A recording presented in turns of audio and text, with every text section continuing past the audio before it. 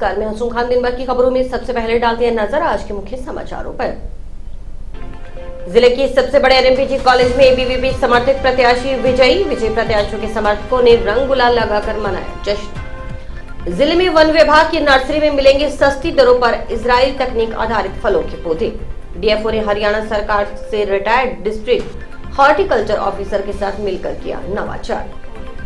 राजस्थानी कला से निखरती है गजानन की प्रतिमाएं। गणेश महोत्सव की तैयारियों को लेकर गणेश जी की मूर्ति तैयार करते कारीगर।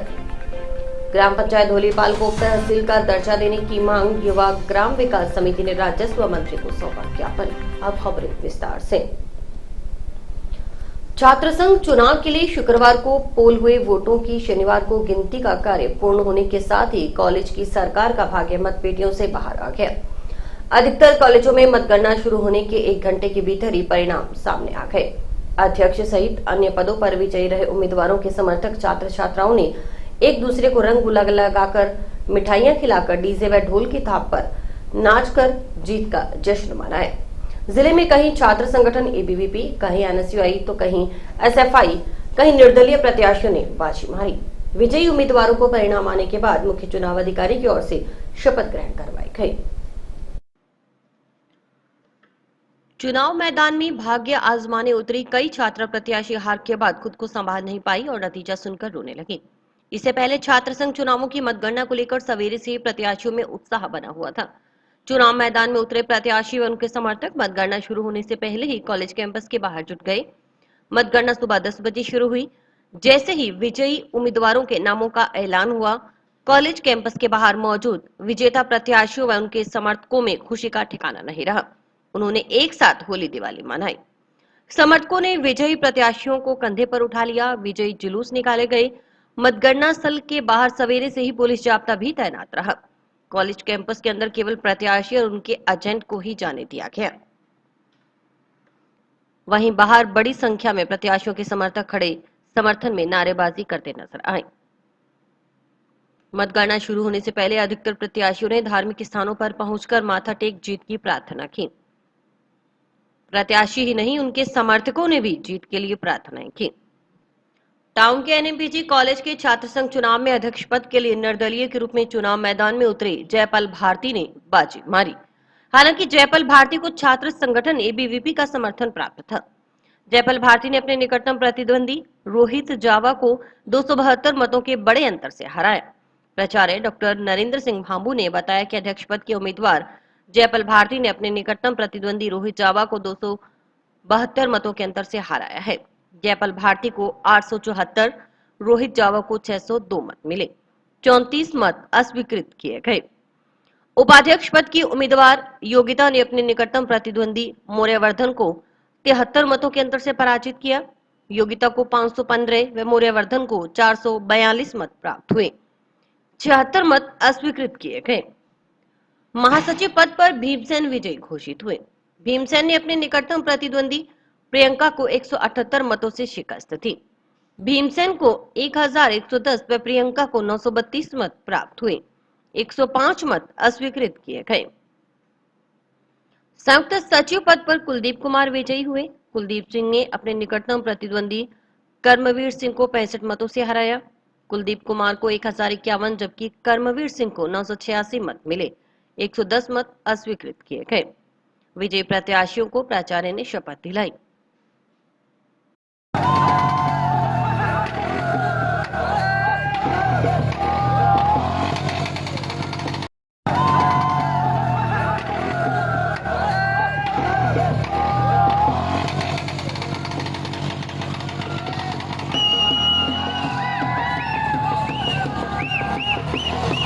राजकीय नेहरू मेमोरियल महाविद्यालय हनुमानगढ़ में, जो कि जिले का सबसे बड़ा महाविद्यालय है, अत्यधिक शांतिपूर्ण तरीके से विद्यार्थियों ने अपना मतदान किया और इसका अभी रिजल्ट घोषित किया गया है, जिसमें अध्यक्ष पद के लिए जयपाल ने रोहित जावा, जो उसके प्रतिद्वंदी थे, उनको 272 वोटों के अंतर से हराया है। उपाध्यक्ष पद पर कुमारी योगिता ने मौर्यवर्धन को 73 मतों के अंतर से हराया है। महासचिव पद पर भीमसेन विजयी घोषित हुए हैं और इन्होंने मिस प्रियंका को 178 मतों से हराया है। शिव सचिव के पद पर कुलदीप कुमार विजयी हुए हैं और इन्होंने कर्मवीर सिंह को 65 मतों से हराया है। महाविद्यालय का वातावरण इस चुनाव के दौरान भी शांतिपूर्ण रहा, उसके लिए मैं सभी क्षेत्रवासियों को, सभी इस महाविद्यालय के पूर्व विद्यार्थियों को और विद्यार्थियों को, इसमें नियमित विद्यार्थियों को बधाई देता हूँ। बिल्कुल एकदम संतुष्ट होकर गए हैं बच्चे जो भी प्रत्याशी थे यहाँ से। यहाँ पे काउंटिंग को लेकर क्या व्यवस्था करें, कितने काउंटिंग के लिए हमने कुल जो है 5 टेबल लगाए थे, जिसमें जो फर्स्ट टेबल है उसके ऊपर हमने प्रत्येक बॉक्स को लेकर उसके पहले प्रत्याशी वार जो मत हैं उन्हें अलग अलग किया, यानी कि कलर वाइज जो बैलेट थे उनको छांट लिया, और उसके बाद में हमने अलग जो टेबल्स 4 प्रत्याशी के लिए लगाई थी अलग अलग, जैसे अध्यक्ष, उपाध्यक्ष, महासचिव, संयुक्त सचिव, और इन टेबल्स के ऊपर हमने 5-5 जो लोग थे महाविद्यालय के जो अधिकारी हैं उनको नियुक्त किया था। लेट कितना शुरू किया था आपने काउंटिंग? हमने 11:15 बजे जो काउंटिंग है वो स्टार्ट हुई है। आज इलेक्शन के बाद वोटिंग तय हुई है, उसमें मैं 274 वोटों से विजयी हुआ हूँ। मैं सभी मेरे साथी भाई बहनों का आभार व्यक्त करता हूँ तथा आगे का मैं मेरे कॉलेज में भी जिस प्रकार से मैं हमेशा से लगा हुआ हूँ उसी प्रकार से लगा रहूँगा। सभी के साथ मैं कॉलेज के विकास के लिए कार्य करवाऊँगा। कॉलेज प्रशासन के नियमों की अनुपालना नहीं करूँगा। कॉलेज में महिला गार्ड की व्यवस्था नहीं है, सर्वप्रथम तो मैं वो करवाऊँगा। उसके बाद लाइब्रेरी के अंदर लाइब्रेरी को सही करवाऊँगा तथा और कॉलेज में जो भी करने योग्य कार्य हैं सभी को मैं पूर्ण रूप से और दिल से करवाऊँगा। टाउन के वीएम कॉलेज में छात्र संघ अध्यक्ष व उपाध्यक्ष पद के लिए हुए मतदान के बाद शनिवार को मतगणना हुई। अध्यक्ष पद पर जसप्रीत कौर 75 मतों से विजयी रही। उनकी निकटतम प्रतिद्वंदी रेणु चुनाव परिणाम आने के बाद रो पड़ी। उन्हें उनकी समर्थक छात्राओं ने ढांढस बंधाया। प्राचार्य डॉक्टर नीलम गौड़ ने बताया कि कॉलेज में 416 मतदाता थे, इनमें से 288 मतदाताओं ने मत का प्रयोग किया। अध्यक्ष पद के लिए 4 प्रत्याशी जसप्रीत कौर, नवदीप कौर, रेणु व वंदना, उपाध्यक्ष पद के लिए 2 चुनाव मैदान में थीं।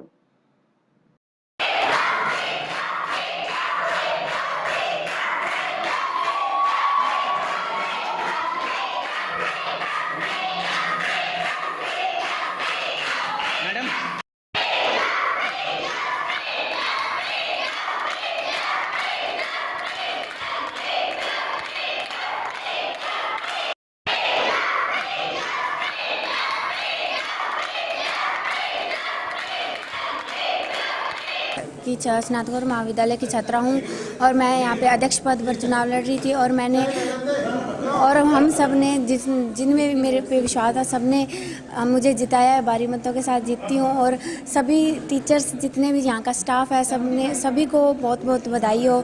और सभी मतलब कॉलेज में जो नियम के अनुसार बढ़िया चुनाव हुए थे, कोई कमी नहीं थी, किसी भी चीज़ की कोई भी नहीं था, प्रॉब्लम कोई भी नहीं आई थी। सभी स्टाफ ने जो भी है स्टाफ सबका बहुत बहुत धन्यवाद। मैं अंजलि ग्रोवर उपाध्यक्ष पद के लिए चुनी गई हूँ और मैं 12 वोटों से विजेता घोषित हुई हूँ। सभी स्टाफ ने चुनाव करवाए बहुत अच्छे तरीके से, नियमों का पालन करते हुए सब कुछ अच्छा रहा और जिन्होंने मेरा सहयोग किया बहुत उनको भी बहुत धन्यवाद मेरी ओर से। और अब हम वर्क करेंगे कॉलेज के लिए। वैसे तो मैनेजमेंट कोई कमी नहीं छोड़ती है, गर्ल्स का हर चीज़ पर ध्यान रख रही हैं, पर फिर भी अदर्स कोई प्रॉब्लम हमें थोड़ा फील होता है तो हम सजेशंस देंगे वाइस प्रेसिडेंट को और मैम को कि उन्हें सही करें। बस आज हमारे मतगणना हुई जो कि मतदान 26 तारीख को हुआ था। उसमें कुल मत हमारे पास थे 416, उसमें डाले गए मत थे 288 और अध्यक्ष पद के लिए जो विजेता घोषित हुई है जसप्रीत कौर, उसने 166 मत प्राप्त किए। द्वितीय नंबर पर नवदीप कौर थी और उसने 22 नंबर प्राप्त किए। रेणु ने 91 और वंदना रानी ने 8 मत प्राप्त किए। इस तरह से विजेता घोषित हुई है। 75 वोटों से जीत हासिल की है जसप्रीत कौर ने। और उपाध्यक्ष पद के लिए हमारे यहाँ जो विजेता घोषित हुई है वो अंजलि ग्रोवर, उसने 146 वोट हासिल किए। और जो उसकी जो प्रतिद्वंदी थी वो गायत्री, उसने 134 वोट हासिल किए। इस प्रकार 12 वोटों से उसने अपनी विजय हासिल की। तो मैं महाविद्यालय के प्राचार्य होने के नाते अंजलि व जसप्रीत को बधाई देती हूँ, शुभकामनाएं देती हूँ। जंक्शन के सरस्वती कन्या महाविद्यालय में हुए छात्र संघ चुनाव में अध्यक्ष पद की उम्मीदवार पूजा डुड्डी मात्र 3 मतों के अंतर से विजयी रही। पूजा डुड्डी एबीवीपी की तरफ से प्रत्याशी थी। अध्यक्ष पद के लिए सीधी टक्कर थी। पूजा डुड्डी ने अपने प्रतिद्वंदी असफाई प्रत्याशी मोनिका स्वामी को 3 मतों के अंतर से हराया। मतगणना पूर्ण होने के बाद जब परिणाम घोषित किया गया तो 3 मतों के मामूली अंतर से हारी असफाई प्रत्याशी मोनिका स्वामी की रोलाई फूट पड़ी। उसे साथी छात्राओं ने संभाला और दिलासा दिया। कॉलेज प्राचार्य डॉक्टर श्याम सुंदर शर्मा ने बताया कि छात्र संघ चुनाव में अध्यक्ष पद के लिए 2 प्रत्याशी थी। मतगणना में मोनिका स्वामी को 52 जबकि पूजा डुड्डी को 55 मत मिले। 1 वोट निरस्त हुआ। उन्होंने बताया कि कॉलेज में कुल 350 वोट थे, लेकिन 108 वोट ही पोल हुए हैं। कन्या महाविद्यालय छात्र संघ चुनाव 2022-23 में आज जो मतगणना हुई उसमें 2 प्रत्याशी हमारे मैदान में थे अध्यक्ष पद के लिए, एक मोनिका स्वामी और दूसरी पूजा। आज मतगणना के अंदर मोनिका स्वामी को 52 वोट मिले और पूजा को 55 वोट मिले। 1 वोट निरस्त हुआ और जो पूजा है वो 3 वोटों से विजयी घोषित की गई है।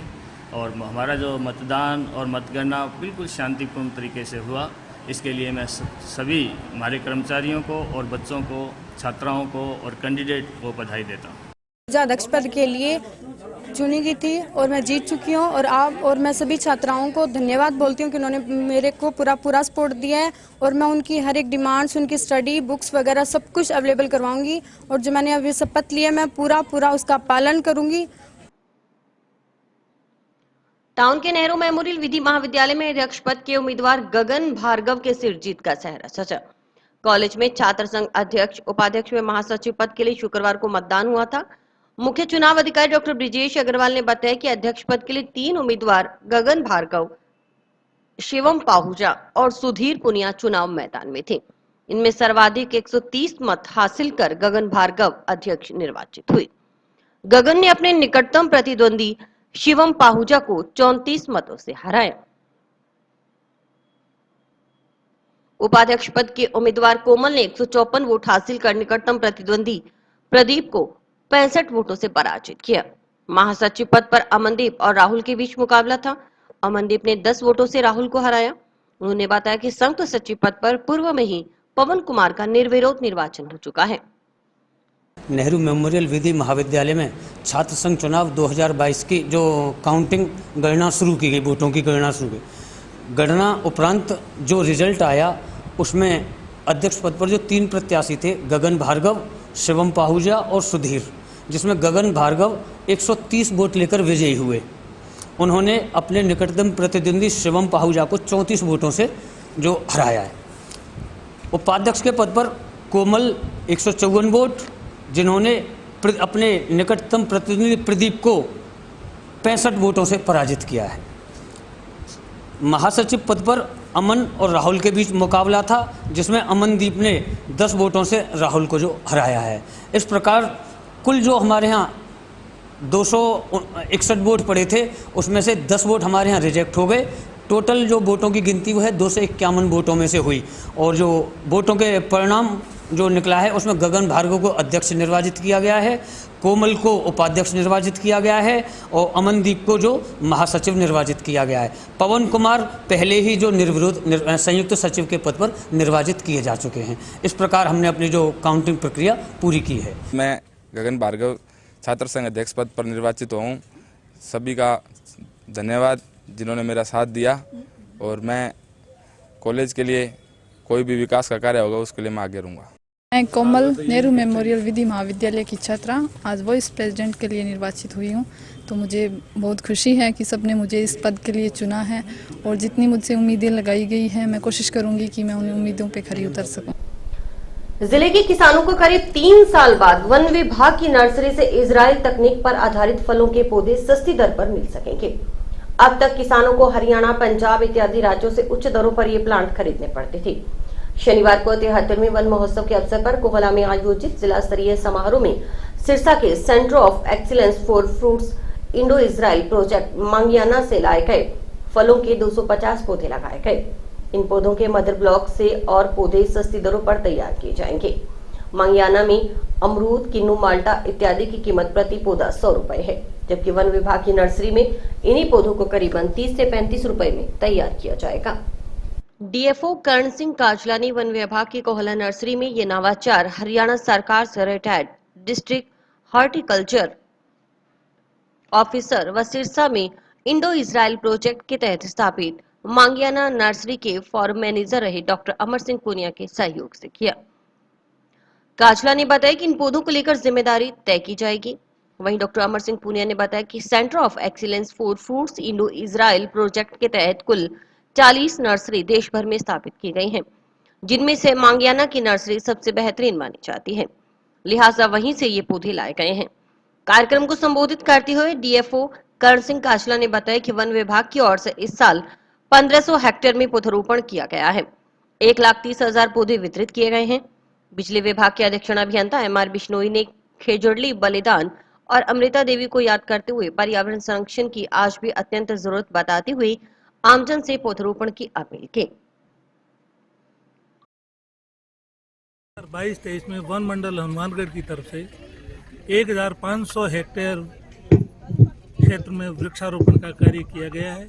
इसके अतिरिक्त 1,30,000 पौधों के वितरण का भी लक्ष्य रखा गया है, जिसमें से लगभग 70% टारगेट है उसका अचीवमेंट हो गया है। आज इस 73 में वन महोत्सव के अवसर डॉक्टर अमर सिंह पुनिया ने बताया कि वन विभाग की नर्सरियों में भी किसान की जरूरत के मुताबिक पौधे लगाने की आवश्यकता है, ताकि किसानों को महंगी दरों पर प्राइवेट नर्सरियों से पौधे नहीं खरीदने पड़े। कोहला को मॉडल फार्म के रूप में विकसित करने में वे हमेशा पूरा सहयोग करेंगे। डॉक्टर अमर सिंह पुनिया ने बताया कि जो 250 पौधों का मदर ब्लॉक लगाया गया है, उनमें अमरूद की हिसार सफेदा किस्म के 20 पौधे, माल्टा की ब्लड रेड किस्म के 15 पौधे, अनार की भगवा सुपर किस्म के 20 पौधे, किन्नू के 20 पौधे, कागजी नींबू के 6 के अलावा बाकी सभी पौधे फालसा के लगाए गए हैं। उन्होंने बताया कि इन पौधों को प्रतिवर्ष खाद व कटाई का भी ध्यान रखना होगा। मदर ब्लॉक के रूप में किन्नू, माल्टा, नींबू, अमरूद, अनार, फालसा, ये सारे के सारे पौधे हमने हर एक वैरायटी के 8 से 10 पौधे और जिसमें फालसा के लगभग 200 पौधे आज हमने मदर ब्लॉक के रूप में लगाए हैं। इनका सिर्फ लगाने का मकसद यही है भाई आने वाले समय में हम इसी नर्सरी के ऊपर फलदार पौधे तैयार करके और किसानों को अच्छी किस्म के पौधे हैं वो उपलब्ध करा सकें। मेन जो आज का मकसद था वो यही था भी इन पौधों को मदर ब्लॉक के रूप में लगाएं, ताकि इनसे आगे से बड लेके इनसे कलमें लेके आगे हम अच्छी किस्म के क्वालिटी के पौधे तैयार करके और किसानों को हम दे सकें। सिर्फ इसी मकसद से ये हमने कार्य शुरू किया। जन्माष्टमी पर्व की धूम खत्म होते ही शहर को गणेश चतुर्थी के रंग में सरोबार हो करने की तैयारी है। इन दिनों राजस्थान से आए मूर्तिकार भगवान गणेश की प्रतिमाएं बना रहे हैं। ज्यादातर प्रतिमाएं इको फ्रेंडली हैं, जो पर्यावरण को भी सुरक्षित रखेंगी। तो वहीं भगवान श्री गणेश जी शहरवासियों को पर्यावरण को सुरक्षित रखने का संदेश देते हुए नजर आएंगे। भगवान श्री गणेश की मूर्ति बनाने वक्त मूर्तिकार भी श्रद्धालुओं की आस्था का पूरा ध्यान रख रहे हैं। पिछले 2 साल से कोरोना के चलते यह महोत्सव धूमधाम से नहीं बनाया गया था। राजस्थान के कलाकार प्रतिमाओं में अपनी कला की रंग भर रहे हैं। इस बार 4 से 5 फीट तक की प्रतिमाएं तैयार की जा रही हैं। बड़ी प्रतिमाएं देखी जा रही हैं। मूर्तिकार प्रकाश ने बताया कि इस बार 11 फीट ऊंची प्रतिमाओं की मांग है। पूरा परिवार दिन रात प्रतिमाएं बनाने में जुटा हुआ है। गणपति बप्पा के नैन नक्श पर जहां ध्यान दिया जा रहा है, वहीं पर उनके आसन को भी खास बनाया जा रहा है, जिस पर भगवान गणेश विराजमान होंगे। इस बार छोटी प्रतिमाओं की भी मांग है, क्योंकि घर घर लोग अब भगवान गणेश की प्रतिमा स्थापित करने लगे हैं। जिले में बन रही प्रतिमाएं अन्य जिलों में भी जाती हैं। गणपति महोत्सव के लिए क्षेत्र के मूर्तिकारों की ओर से गणपति बप्पा की मूर्तियों का निर्माण किया जा रहा है। मूर्तिकारों को दूर दूर से प्रतिमाएं बनाने के ऑर्डर भी मिल रहे हैं, इसलिए दिन रात प्रतिमाएं बनाने के कार्य में लगे हुए हैं। मूलतः सिरोही जिले के रहने वाले व वर्तमान में टाउन में रह रहे मूर्तिकार प्रकाश पुत्र मोहनलाल ने बताया कि वे करीब 25 सालों से हनुमानगढ़ में मूर्तियां बनाने का कार्य कर रहे हैं। इस बार 31 अगस्त को गणपति उत्सव मनाया जाएगा। इसको लेकर लोगों में काफी उत्साह है। महोत्सव मनाने के लिए मूर्तियां तैयार की जा रही हैं। हालांकि कोरोना काल के चलते पिछले 2 साल से मूर्ति बनाने का कार्य कम हुआ, लेकिन इस बार अच्छा कार्य चल रहा है। हर तरह की गणपति की मूर्तियों का निर्माण किया जा रहा है। उन्होंने बताया कि मूर्ति निर्माण में केमिकल का इस्तेमाल नहीं किया जाता। 4 फीट तक की मूर्तियां बनाई गई हैं। उन्होंने बताया कि महंगाई का असर मूर्ति बनाने में इस्तेमाल होने वाली सामग्री पर भी पड़ा है। वहीं लोगों का अधिकतर रुझान लालबाग के राजा मुंबई, डगरू सेठ पुणे महाराष्ट्र, पगड़ी वाली राजस्थानी मूर्तियों की तरफ है। हम राजस्थान जिला हमारा सिरोही है। हम यहाँ पे मूर्ति बना रहे हैं। 25 साल हो गए हनुमानगढ़ में मूर्ति बनाते तैयारी कर रहे हैं। हर साल की तरह इस साल भी गणपति उत्सव, इस बार गणपति का जन्मदिन है इस बुधवार को 31 तारीख को, और इसकी सब मूर्ति हमने बनाई है। और 2 साल के अंदर तो लॉकडाउन के हिसाब से काम थोड़ा बहुत, हमारा काम यही है कि मूर्ति खानदानी हमारा काम यही है कि मूर्ति बनाना, और इसमें थोड़ा कमाई, अब 2 साल हो गया मंदा चल रहा था। अब इस बार हमने लॉकडाउन खुल गया, इस बार गणपति मूर्ति बनाई है। मुंबई के लालबाग मशहूर गणपति बनाए हमने, और शिवाजी महाराज की तरफ से वही मूर्ति हमने बनाई है गणपति उस रूप में। डगरू सेठ बनाए है, और राजस्थान के कहते हुए पगड़ी वाले गणपति बनाए हैं। हर साल हर तरह की मूर्ति हमने बनाई है इस साल। महाराष्ट्र, मुंबई सब हर सारा मूर्तियाँ इस बार हमने तैयारी की है गणपति। काफ़ी नहीं, बस लोगों के बस इस बार गणपति का उत्सव बहुत 3 साल से लोग कहते हैं हिंदू धर्म में मूर्ति बनानी जरूरी है, तो लोग कहते हैं इस बार हमने गणपति उत्सव बनाएंगे। तो लोग अब की बार महाराष्ट्र में बहुत तगड़ी गणपति बन रही है, महाराष्ट्र बॉम्बे बहुत तगड़ी गणपति बनी है। केमिकल बिल नहीं है हमारे पास, ये पानी रंग बनाते हैं हम, और ये मिट्टी और ये चाक मिट्टी और खड़िया मिट्टी 3 मिक्स करते हैं। हाइट बड़े 4 फुट है, 4 फुट 3 फुट 2.5 फुट कि लोगों ने तो बहुत मांगे थे, 11 फुट की मांगी थी, फिर 11 फुट की मूर्ति बनाई नहीं हमने। ग्राम पंचायत धोलीपाल को तहसील का दर्जा देने और अपवादित विवादित खातों के निस्तारण की मांग को लेकर युवा ग्राम विकास समिति धोलीपाल के सदस्यों ने राजस्व मंत्री रामलाल जाट को ज्ञापन सौंपा। ज्ञापन हनुमानगढ़ दौरे पर आए राजस्व मंत्री को सर्किट हाउस में समिति अध्यक्ष एडवोकेट गुलाब सिंह के नेतृत्व में सौंपा गया। समिति अध्यक्ष एडवोकेट गुलाब सिंह ने राजस्व मंत्री को बताया कि ग्राम पंचायत धोलीपाल स्टेट हाईवे संख्या 7 पर स्थित है।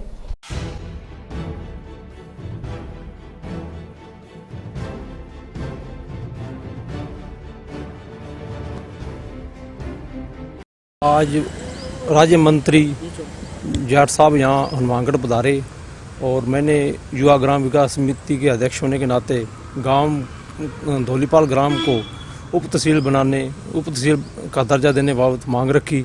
और कल जो मीटिंग हुई थी राजस्व मामलों में, और जो हनुमानगढ़ तहसील के अपवादित खाते हैं सर, उनके लिए मैंने एक सुझाव भी मंत्री महोदय को लिखित में दिया है कि तहसीलदार स्तर पर एक कमेटी गठित की जाए, उसमें हल्का पटवारी, गिरदावर व सरपंच व बीके अध्यक्ष आदि को शामिल कर, और मौका भी उस चेक पर अपना पुराना रिकॉर्ड साथ लेकर तमाम काश्तकारों की सुनवाई कर ही मौके पर अपवादित खातों का निस्तारण किया जाए।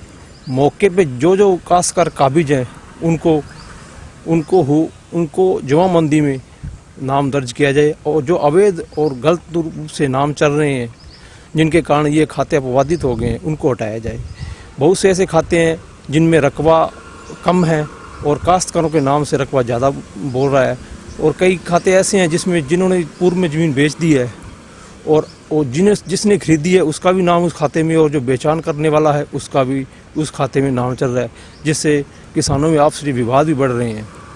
ये जो सुझाव दिए हैं ये काफ़ी हद तक किसानों को राहत पहुंचाएंगे, और इससे राजस्व रिकॉर्ड में दुरुस्ती आवश्यक रूप से हो जाएगी।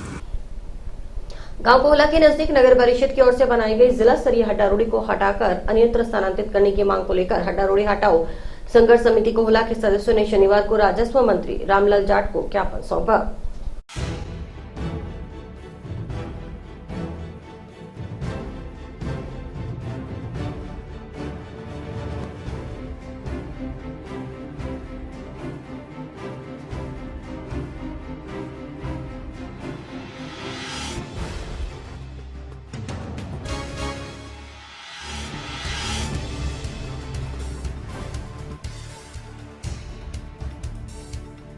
माननीय रामलाल जी जाट मंत्री महोदय से मिले, जो कोला में जिला स्तरीय अवैध हड्डारोड़ी का निर्माण किया जा रहा है उसके खिलाफ जो हमारा धरना है वो 83 दिन हो गए। तो आज हमने मंत्री महोदय से मुलाकात की, और मंत्री महोदय ने आश्वासन दिया है कि जल्दी से जल्दी इस समस्या का समाधान करवाएंगे। तो इसमें टाइम ज़रूर लगेगा। मैं आपके चैनल के माध्यम से कलेक्टर साहब को भी कहना चाहता हूँ, भाई आप भी संवेदनशील होकर इस समस्या का समाधान के लिए। आज हमारे धरने को 82 दिन हो चुके हैं और हम जो है वो इस धरने पर लगातार डटे हुए हैं। कल मंत्री राजस्व मंत्री चौधरी रामलाल जी जाट जो है वो हमारे आगे से निकले। हमने उनसे खड़े होकर के निवेदन किया, उन्हें रोक करके हमारी बात सुनी और हमारी बात सुनने के बाद में उन्होंने कहा कि आप वहाँ रेस्ट हाउस में आइए, आने के बाद में आपकी बात को सुनेंगे। रामलाल जी ने हमारी बात को अच्छी तरह से सुना है और उन्होंने पूरा आश्वासन दिया है कि हम जल्द से जल्द इस कार्य का निस्तारण करेंगे और हड्डारोडी को हटवा देंगे। और भी वक्त है एक ब्रेक का।